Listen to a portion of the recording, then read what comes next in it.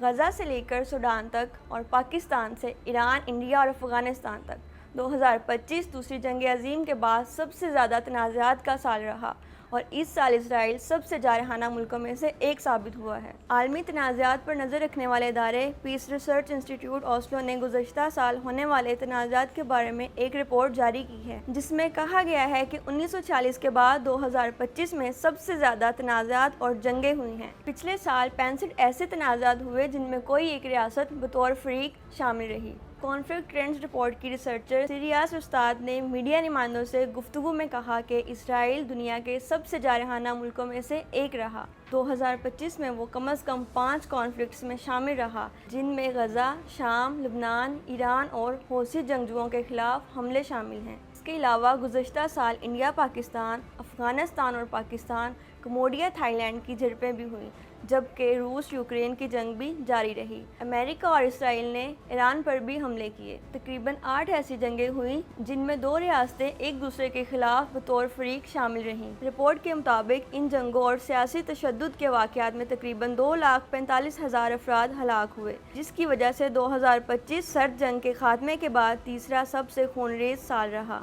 Conflict سے سب سے زیادہ افریقہ متاثر ہوا، جہاں 29 تنازعات جاری رہے، جبکہ ایشیا، مڈل ایسٹ، یورپ اور امریکہ بھی مختلف تنازعات کی زد میں آئے۔ ماہرین خبردار کر رہے ہیں کہ اگر عالمی سطح پر تعاون اور سفارتی کوششوں میں اضافہ نہ ہوا تو دنیا کو مزید عدم استحکام اور تشدد کا سامنا کرنا پڑ سکتا ہے۔